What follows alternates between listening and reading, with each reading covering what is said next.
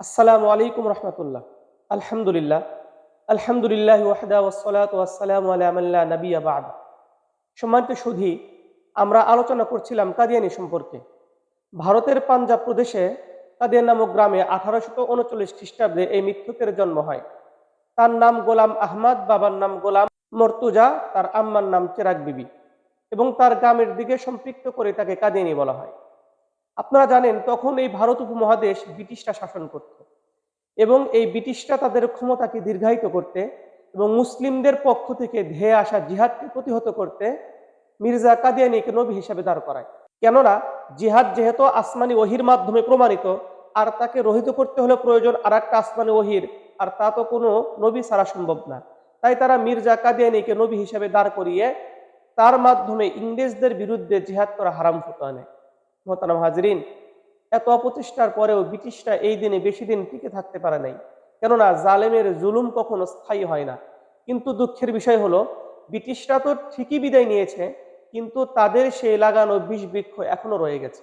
মোহতারাম হাজরিন, সাধারণ শিক্ষায় শিক্ষিত আমাদের কিছু দিনী ভাই তারা কথা বলেন যে কাদিয়ানীরা তাদের মতো আমল করলে আমাদের সমস্যা কোথায়? ইসলামে তো 4 তরিকা আছে, 4 মাযহাব আছে। অর্থাৎ তারা কাদিয়ানী ভ্রান্ত মতবাদকে 4 তরিকা এবং 4 মাযহাবের মতো মনে করে থাকেন। আবার কেউ কেউ বলেন, এই দেশে তো হিন্দুরা তাদের ধর্ম পালন করে, খ্রিস্টানরা তাদের ধর্ম পালন করে, সুতরাং কাদিয়ানীরা তাদের মতো আমল করলে আমাদের সমস্যা কোথায়? বিষয়টা স্পষ্ট করার জন্য আমি আপনাদের সামনে একটা দৃষ্টান্ত উপস্থাপন করছি। মনে করুন, বিএনপি দলকে নষ্ট করার জন্য কোনো কুচক্রী মহল যদি জিয়াউর রহমানের আদর্শের কথা বলে তৃণমূল বিএনপি গঠন করে এবং তাদের প্রতীক হিসাবে গমের শীষ দাবি করে, অথবা আওয়ামী লীগ দলকে নষ্ট করার জন্য শেখ মুজিবুর রহমানের আদর্শের কথা বলে যদি কোনো ব্যক্তি তৃণমূল আওয়ামী লীগ গঠন করে এবং তাদের প্রতীক হিসাবে পানসি নৌকার দাবি করে, তাহলে যারা প্রকৃত বিএনপি এবং প্রকৃত আওয়ামী লীগ তাদের জোরালো দাবি হবে যে এই ব্যক্তিরা দল করবে, রাজনীতি করবে, এটা তাদের রাজনৈতিক অধিকার, কিন্তু তারা তাদের ভিন্ন কোনো নামে, ভিন্ন কোনো প্রতীকে তাদের রাজনীতি করতে হবে।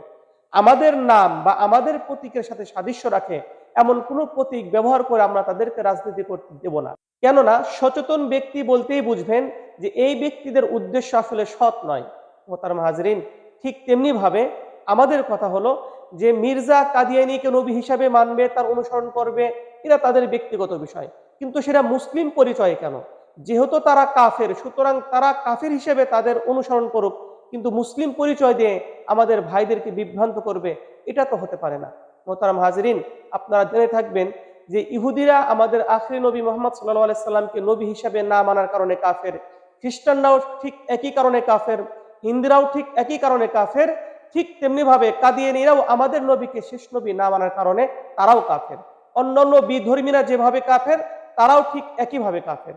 সুতরাং এই দেশে যেরকম হিন্দুরা তাদের ধর্ম পালন করে, খ্রিস্টানরা তাদের ধর্ম পালন করে, সুতরাং কাদিয়ানীরা যদি তাদের দিন পালন করতে চায়, তাদের ধর্ম পালন করতে চায়, তাহলে সেটা স্বীকৃত কাফের হিসাবেই পালন করতে হবে।